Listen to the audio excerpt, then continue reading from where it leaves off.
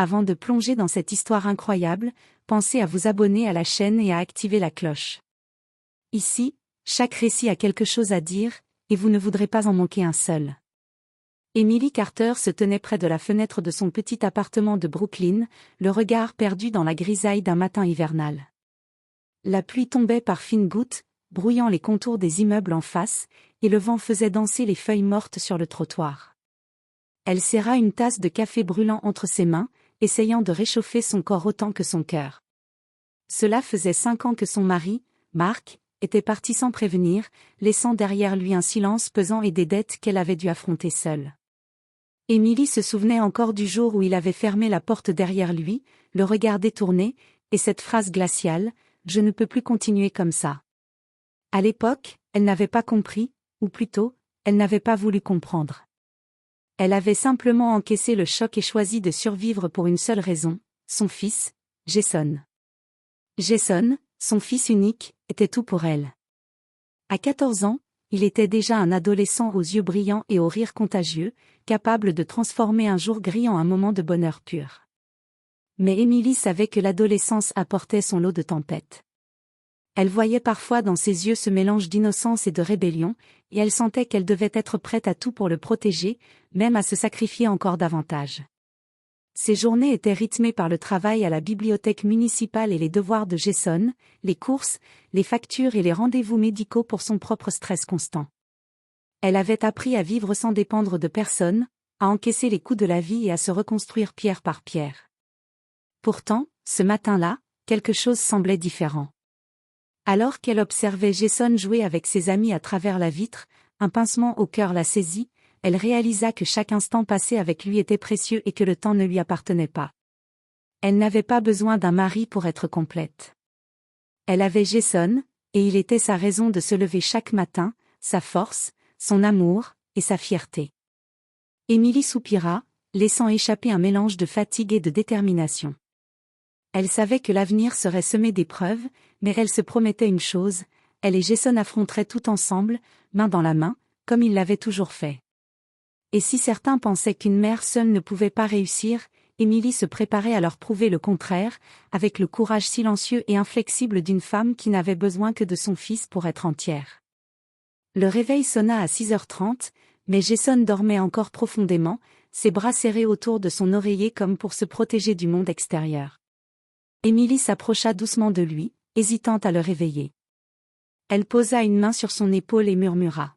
« Jason, il est l'heure de se lever. » Le garçon ouvrit les yeux, encore endormi, et murmura un vague « Oui, maman », avant de se lever.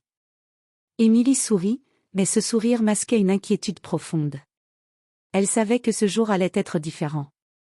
Après le petit déjeuner, alors qu'elle rangeait les assiettes, son téléphone vibra sur la table. Un numéro inconnu, « Madame Carter, ici l'hôpital Saint-Marie, pouvez-vous venir immédiatement ?» Son cœur fit un bond. Elle décrocha en tremblant. « Oui, que se passe-t-il ?» Une voix froide lui répondit, « C'est à propos de votre fils, il a eu un accident, nous avons besoin que vous veniez tout de suite. » Emily sentit le monde s'effondrer autour d'elle. Ses mains tremblaient, son souffle s'accélérait. Jason ? Son fils ?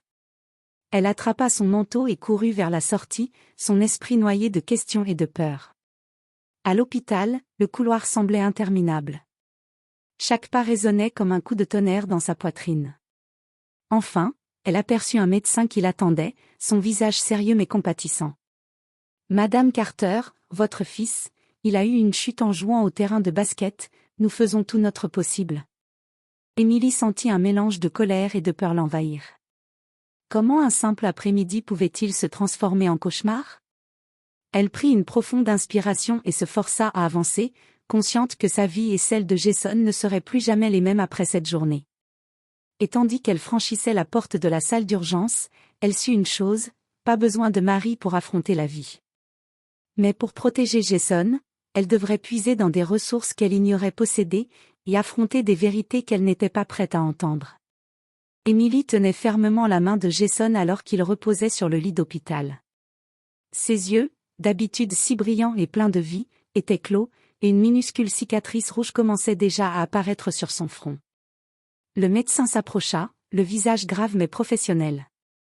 Madame Carter, votre fils a eu une commotion cérébrale légère, rien de permanent, mais nous avons découvert autre chose. Émilie sentit son cœur s'arrêter un instant. Quoi? Demanda-t-elle, sa voix tremblante. Le médecin hésita un instant, puis l'expliqua. Lors de l'examen, nous avons remarqué des contusions sur ses bras et ses jambes, et il y a des marques qui suggèrent qu'il a été victime de violences récentes. Pouvez-vous me dire si quelque chose s'est passé à l'école ou ailleurs? Émilie sentit un frisson glacé parcourir sa colonne vertébrale. Violence? Contusion? Son fils? Jason? Elle secoua la tête, incapable de parler. Tout ce qu'elle avait voulu protéger de lui-même, tout ce qu'elle avait essayé d'éviter, semblait soudain lui tomber dessus.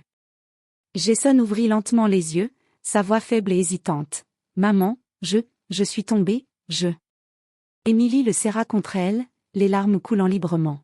« SHHH, chut, ça va aller, je suis là. » Mais au fond d'elle, elle savait que ce n'était pas qu'un simple accident. Elle avait vu les signes avant, les marques suspectes, les petits bobos répétés qu'il minimisait. Quelque chose se tramait, et elle n'avait pas le droit de se tromper. Cette nuit-là, dans leur petit appartement, Émilie resta éveillée, scrutant Jason pendant qu'il dormait. Son corps semblait fragile, mais son cœur, lui, battait encore avec force. Elle comprit que protéger son fils ne serait pas seulement une question de survie physique, mais de justice et de courage face à des forces qu'elle n'avait jamais imaginées.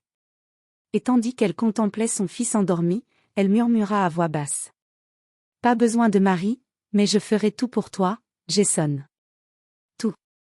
Les jours suivants, Émilie ne quitta presque pas l'hôpital. Elle posait des questions aux médecins, aux enseignants de Jason, et cherchait désespérément des réponses. Mais personne ne semblait vouloir lui dire la vérité complète. Un après-midi, elle reçut un appel de l'école de Jason. La voix au bout du fil était hésitante, presque gênée. « Madame Carter, nous avons des informations concernant votre fils. » Le cœur d'Émilie battait si fort qu'elle crut qu'il allait exploser. Elle se précipita à l'école, où le principal l'attendait, visiblement mal à l'aise. « Madame, il semble que Jason ait été victime d'intimidation par un groupe d'élèves plus âgés, et... » Il hésita, certains incidents ont été plus graves que ce que nous pensions. Émilie sentit la colère monter comme une vague incontrôlable. Comment osait-il toucher à son fils? Qui avait osé le faire souffrir? Elle décida de parler directement à Jason. Dans leur appartement, elle s'assit face à lui, les yeux remplis de larmes et de détermination. « Jason, je sais que quelque chose t'arrive à l'école, tu peux tout me dire, d'accord ?» Jason baissa les yeux, la voix tremblante. « Ils m'ont frappé, ils ont dit que maman ne pouvait rien pour moi, que je serais seule. » Émilie sentit une rage froide l'envahir. Pas seulement contre les agresseurs, mais contre un monde qui semblait prêt à abandonner un enfant innocent. Elle serra son fils contre elle, le cœur battant de promesses silencieuses. « Tu n'es pas seul, Jason. Personne ne te fera de mal tant que je serai là. Personne. » Cette nuit-là, elle prit une décision qui allait changer leur vie. Elle n'allait pas seulement protéger Jason, elle allait affronter ceux qui osaient le menacer. Pas avec des armes, pas avec de la haine, mais avec une force que seule une mère pouvait posséder, une détermination qui allait surprendre tout le monde. Émilie se rendit compte que sa vie jusqu'à présent n'était qu'un échauffement pour ce qui venait. Elle n'avait pas besoin d'un mari pour être forte. Elle avait Jason, et pour lui, elle était prête à tout. Le lendemain, Émilie se leva avant l'aube. Le ciel était encore teinté de gris, mais dans son esprit, une clarté nouvelle brillait. Elle savait ce qu'elle devait faire. Elle n'attendrait pas que la justice ou les adultes autour d'elle réparent ce qui avait été fait à Jason, elle prendrait les choses en main. À l'école, elle demanda à parler aux parents des élèves impliqués et au principal. Son visage, d'ordinaire doux et réservé, était devenu dur et déterminé. « Je veux savoir exactement ce qui est arrivé à mon fils. » Tout, dit-elle avec une voix calme mais glaciale. Face à son calme implacable, le principal et les parents furent surpris. Ils commencèrent à révéler les incidents, des intimidations répétées aux menaces plus graves. Émilie écoutait sans interruption, notant chaque détail dans son esprit. Puis elle prit une décision audacieuse. Elle organisa une rencontre avec tous les élèves impliqués et leurs parents. Elle ne voulait pas seulement des excuses, elle voulait que Jason se sente en sécurité et respecté. Lors de cette rencontre, Emily parla avec une intensité que personne n'avait vue auparavant. Mon fils est un garçon intelligent, gentil et courageux. Personne n'a le droit de le blesser, de le menacer ou de lui faire peur. Et je ne resterai pas silencieuse pendant que cela arrive. Sa voix tremblait légèrement, mais sa détermination était palpable. Les parents commencèrent à comprendre l'ampleur du problème. Les adolescents eux-mêmes, intimidés par la présence d'Emily, baissèrent les yeux. À la fin de la rencontre, un sentiment de respect et de peur mêlée flottait dans la pièce. Jason, qui avait observé sa mère, sentit une chaleur monter dans sa poitrine. Sa mère n'était pas seulement là pour lui, elle était prête à tout pour lui. Cette journée changea leur relation à jamais. Emily avait prouvé que l'amour d'une mère pouvait surpasser tous les obstacles, et Jason avait appris que le courage venait parfois des personnes que l'on croyait les plus vulnérables. Et alors qu'ils rentraient chez eux, main dans la main, Emily murmura. « Tu vois, Jason, pas besoin de mari.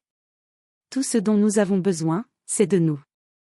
Ensemble. » Les semaines qui suivirent furent un mélange de soulagement et de reconstruction.